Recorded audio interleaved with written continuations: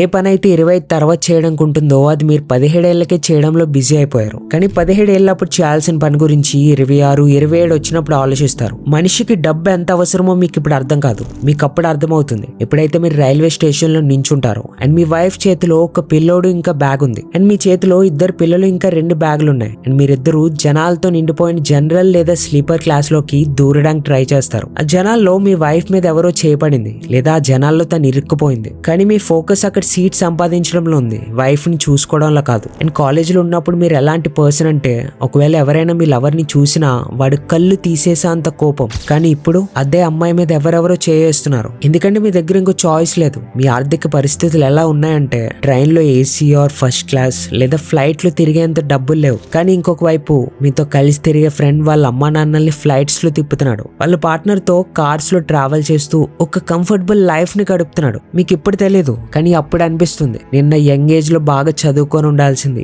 Focus చేయాల్సింది అని. Yes, మీకు ఇప్పుడు తెలీదు ఎందుకంటే మీరు బిజీ ఉన్నారు. ఏ టైంలో అయితే చదవాలో, ఏ టైంలో అయితే కష్టపడాలో ఆ టైంలో మీరు social media, love, web series, reels scroll చేస్తూ బిజీ ఉన్నారు. నేను ఒక హానెస్ట్ క్వశ్చన్ అడుగుతున్నా, మీరు ఇలానే టైం పాస్ చేస్తే మీ కలలన్నీ నిజమవుతాయని మీకు నిజంగా అనిపిస్తుందా? నిజం చెప్పండి. నాకు తెలుసు మీలో చాలా మంది మిడిల్ క్లాస్ లేదా పూర్ బ్యాక్గ్రౌండ్ నుంచి వచ్చారు. మీ ఫాదర్ కి తక్కువ ఇన్కమ్ వస్తుండొచ్చు, కానీ ఇదైతే నిజం. ఈ ఫ్యామిలీకి తను ఏం చేయగలరో అన్ని చేశారు. మీకు మంచి స్కూల్లో చదివించారు, బుక్స్ కొన్నారు, బట్టలు కొన్నారు. వాళ్ళ కోరికలన్నీ పక్కన పెట్టి మీకోసం సాక్రిఫైస్ చేశారు సో దాట్ మీరు మంచి పొజిషన్ లో ఉంటారు అని. కానీ మీరు ఏం చేస్తున్నారు? ఎందుకు చేస్తున్నారు? చూడండి, ఇప్పుడు మన దగ్గర ఎక్కువ డబ్బులు లేవు, కానీ ఈ సమయంలో మన దగ్గర ఉన్న చాలా విలువైన వస్తువు ఏంటో తెలుసా? ఏదైతే ఖర్చు చేయకూడదు అనుకున్నా కూడా ఖర్చు అయిపోతుంటుందో అదే సమయం.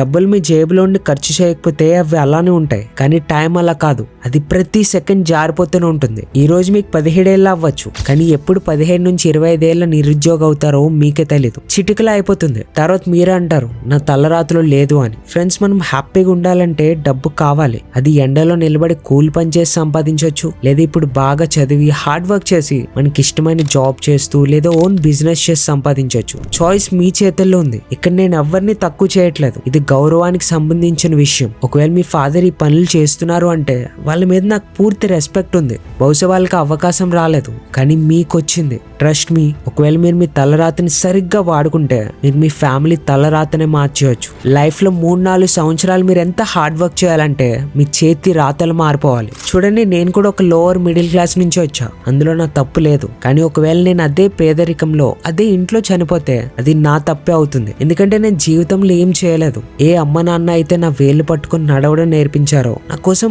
అన్ని చేశారో, వృద్ధాప్యంలో వాళ్ళ కోసం నేను ఏం ఇవ్వలేకపోయా. అది నా తప్పే కదా. నిజం చెప్పు, నువ్వు ఇది కోరుకోవట్లేదా? నీకు 25-26 ఇయర్స్ వచ్చాక మీ అమ్మకి నచ్చినన్ని చీరలు కొనాలి, అమ్మ నాన్నల్ని తిప్పడానికి ఒక మంచి కారు ఉండాలి, నీ కోసం ఒక మంచి ఇల్లు. ఇలాంటి కలలు నీకున్నాయా? Yes or no? ఆ ఫీలింగ్ ఎలా ఉంటుందో చెప్పనా? నేను మా అమ్మకి నచ్చిన బంగారం, చీరలు కొన్నప్పుడు ఈ హ్యాపీనెస్ కోసం ఎంత కష్టపడినా తక్కువే అనిపించింది. మా నాన్నతో, నాన్న మీరేం టెన్షన్ పడకండి, ఇంట్లో ఖర్చులు మొత్తం నేను చూసుకుంటా అన్నప్పుడు ఇలాంటి ప్రౌడ్ మూమెంట్ కోసం కదా నేను ఇన్నాళ్ళు కష్టపడింది. ఆ ఫీలింగ్ నువ్వు కూడా ఎక్స్పీరియన్స్ చేయాలి. నేను నా లైఫ్ లో 50s లో కూడా పిల్లల కోసం పగలు రాత్రి కష్టపడుతున్న ఫాదర్స్ ని చూసా. నువ్వు ఇప్పుడు వేస్ట్ చేసే ప్రతి రోజు నీ పేరెంట్స్ ఫ్యూచర్ ని ఇంకా కష్టం చేస్తుంది. ఒకవేళ మీ తలరాతల్ని మార్చుకోవాలనుకుంటే ఒక్కటే మార్గం ఉంది, హద్దుకి మించి కష్టపడ్డం. కానీ నేను మీకు అందరిలా గుడ్డిగా కష్టపడమని చెప్పను, బికాస్ మీరు జస్ట్ మోటివేషన్ మీద డిపెండ్ అయితే ఎప్పటికీ కన్సిస్టెంట్ గా చదవలేరు. సో ఫస్ట్ మీ మైండ్ అండ్ బాడీని ట్రైన్ చేయాలి అండ్ దానికి హెల్ప్ అయ్యే 6 నాన్ నెగోషియబుల్ స్టెప్స్ చెప్తా,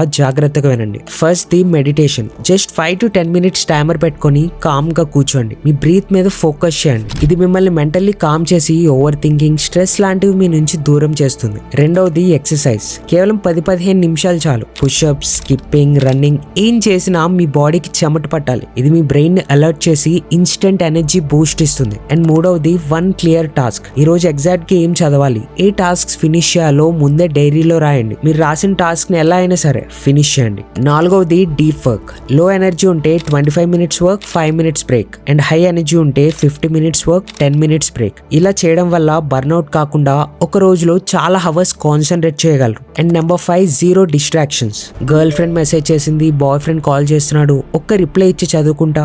నో, మీ ఫోన్ ని ఎయిర్ప్లేన్ ఆర్ సైలెంట్ మోడ్ లో పెట్టండి. నోటిఫికేషన్స్ అన్ని ఆఫ్ లో ఉండాలి. దీనివల్ల తర్వాత చదువుదాంలే అనే ఆలోచన మీ మైండ్ లో రాదు. And number 6, reward your self. ఇది మోస్ట్ ఇంపార్టెంట్. మీరు సోషల్ మీడియా యూజ్ చేయండి, వెబ్ సిరీస్ చూడండి, యూట్యూబ్ వీడియోస్ చూడండి, కానీ అది ఒక రివార్డ్ లో ఉండాలి. ఒకవేళ ఈ రోజు 4 to 6 అవర్స్ ఫోకస్డ్ గా చదివితే మీ ఫేవరెట్ సిరీస్ లో ఒక ఎపిసోడ్ చూడండి. అండ్ నెక్స్ట్ ఎపిసోడ్ చూడాలంటే నెక్స్ట్ డే మీ టార్గెట్ రీచ్ అయ్యాకే. ఈ విధంగా మీ స్టడీస్ ని గేమ్ లా మార్చుకోండి. ఇన్ని గంటలు చదివితే నాకు ఈ రివార్డ్ వస్తుంది అనే ఆలోచన మిమ్మల్ని, మీ మైండ్ సెట్ ని పూర్తిగా మార్చేస్తుంది. ఫ్రెండ్స్, మోటివేషన్ కొన్ని రోజులే, కానీ సిస్టమ్ కన్సిస్టెంట్ గా గెలుస్తుంది. అందుకే మీకు ఒక సిస్టమ్ షేర్ చేసా. మీరు ఎవరైతే ఇలా ఆలోచిస్తున్నారో నా లైఫ్ మారబోతుంది, నేను చాలా ఫాస్ట్ గా మార్చుకుంటా అని, గుర్తుపెట్టుకోండి, మీ లైఫ్ మార్చడానికి ఎవ్వరూ రారు. నాకంటూ ఒక టైం వస్తుంది, అప్పుడు నా లైఫే మారిపోతుంది అని కలలు కంటూ ఉంటే ఏం మారదు. మీరు యాక్షన్ తీసుకోవాలి. నిజం చెప్పండి, మీరు ఏదైతే ఆలోచించారో మీరు అదే చేస్తున్నారా? ఏదైతే మీరు ఆలోచించారో మీరు అదే ట్రాక్ లో ఉన్నారా? మీరు అనుకున్నట్టే మొత్తం అంతా జరుగుతుందా? లేదు కదా. మీ లక్ష్యం నుంచి ఎందుకు డిస్ట్రాక్ట్ అయ్యారు? మీ కళల్ని కూడా మర్చిపోయేంతలా మిమ్మల్ని ఏం డిస్టర్బ్ చేస్తుంది? సోషల్ మీడియానా, లవ్వా, లేక నీ ఓన్ లేజినెస్సా? చెప్పు. నీకు తెలుసా, నువ్వు మెంటల్లీ చాలా స్ట్రాంగ్. ఒక్కసారి మిర్రర్ లో చూడు. నేను నీతోనే మాట్లాడుతున్నా. నువ్వు మెంటల్లీ చాలా స్ట్రాంగ్. ఒక్కసారి అద్దంలో చూసుకొని నీకు నువ్వు అడుగు, ఏంటి నా లైఫ్ యొక్క కంట్రోల్ ని వేరెవరైనా తీసుకోగలరా?